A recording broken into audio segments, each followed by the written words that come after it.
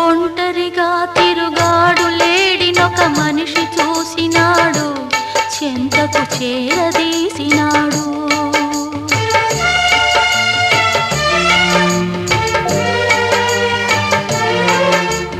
అభమో శుభమో తెలియని లేడి అతనిని నమ్మింది, తన హృదయం పరిచింది. ఆ తరువాతే